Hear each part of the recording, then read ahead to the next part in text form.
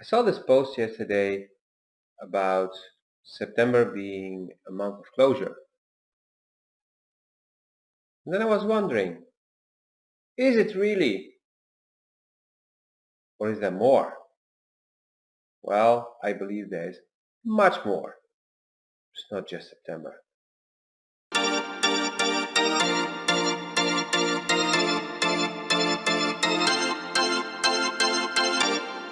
Hi, my name is Lot and today I would like to share with you what 2019 is about.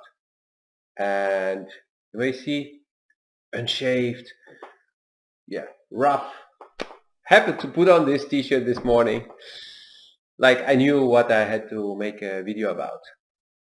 So, what's the story here? It's simple. 2019 is a rough year. 2019 is a closure year.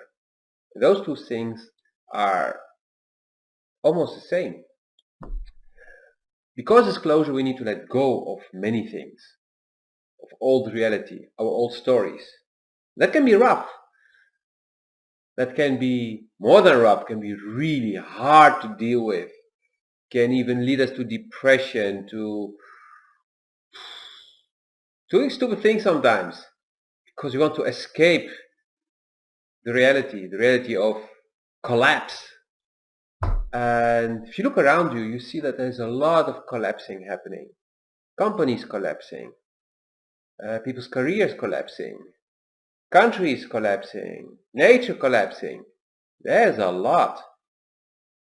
And we know that many good things can arise from ashes.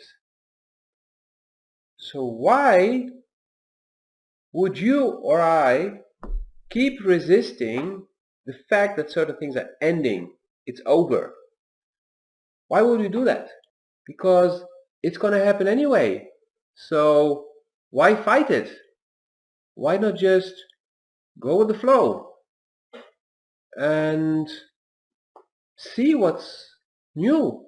Because when something ends, it creates a space for something new to rise, to come, to grow, to manifest.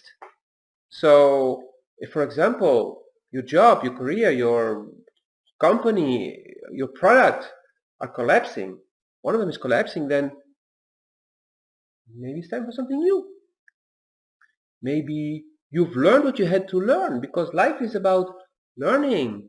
Life is a school. Not like school, where they come and tell you, like this, like that, is like that.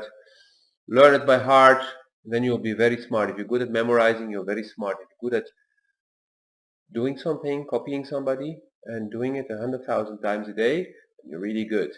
Well, that is what was good back in the 1800s when industrialization started. But today you need to be creative, and not just by being very intelligent, what they call smart, knowing how to calculate fast, outsmart the others. No, it's about acting from here. It's about feeling what is the right thing to do now. So what I suggest are two things. One is to be really connected here. And two is to zoom out regularly, to see the bigger picture. Because then it starts to make more sense. And if that's not possible, you have trouble doing that, at least look back at your life. Look back at the past 5 to 10 years, maybe 15, 20 years. And see how things that you thought at a certain moment were fantastic, was the best thing ever, started to collapse. And you were like, ah! And then something else came. And looking back, you're like, actually, I'm happy that thing collapsed. This was not that great. Or, yeah, I grew over it. I got used to it. That next thing was much better. That matched me better, fitted better. So start doing that. And to be able to do that, I suggest you to consciously ground. Physically, energetically, emotionally. And I have on my website a whole blog under tips and tools. In the menu you see tips and tools. And you just click there and you will see grounding somewhere in the middle. And there you can find the different types of grounding. You can find different methods of grounding. And if you don't find what you need there, or nothing that resonates, then contact me.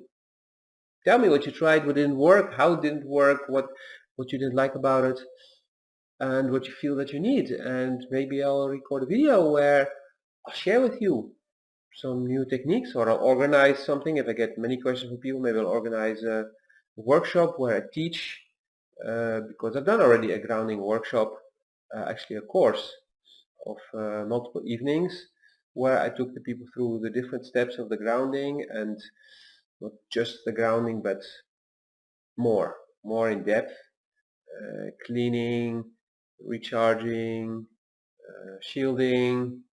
So, and also during such a course I do give different methods, because we are all different. We all have our own ways of doing things. So by giving you different tastes, you can choose what fits for you, or you can make a combination of what fits for you. So feel free to ask. Start doing it daily, because that will help you to stay calm, to be better focused, to be more efficient, more productive, but also to be able to connect here easily and hear that voice inside you, so that you know, like, okay, it's fine, I should really let go of this thing, it's collapsing, yes, it's fine, I don't need to focus on repairing it or trying to hold on to it. Just let go, because something good is coming. And like I said, look back at the past, how things went away, and eventually you are in a better place now, or at least at the moment you are in a better place. Maybe now you feel you're not in a better place at all, because again it's a year of closure and a lot is collapsing. So now it's a very shitty place you are. It's total hell. It's bad. It's nasty. It's horrible. Total disaster. But you have been going through these waves, and every time you had this, after that came something else, and the up was often better than the before, the one before. So trust this, listen to it. And as I said, I too am going through a year of closure of so many things, recent things, but also very old stuff, like years old or decades old. So yeah, I'm really working on myself. I also have my coaches who help me, because we all need support. We all need people to help us with the things that we're not good at. And from them, of course, I'm learning also, like, new methods or insights, points of view, perspective, and these I integrate in my own work again. So me working on myself is also me being a better coach, a better support for you. So if you need support in this period, if you need help to get a better view on things, to understand things better, or simply you need a shoulder to lean on, then contact me. Keep going, don't surrender. See you in the next video. Beautiful day.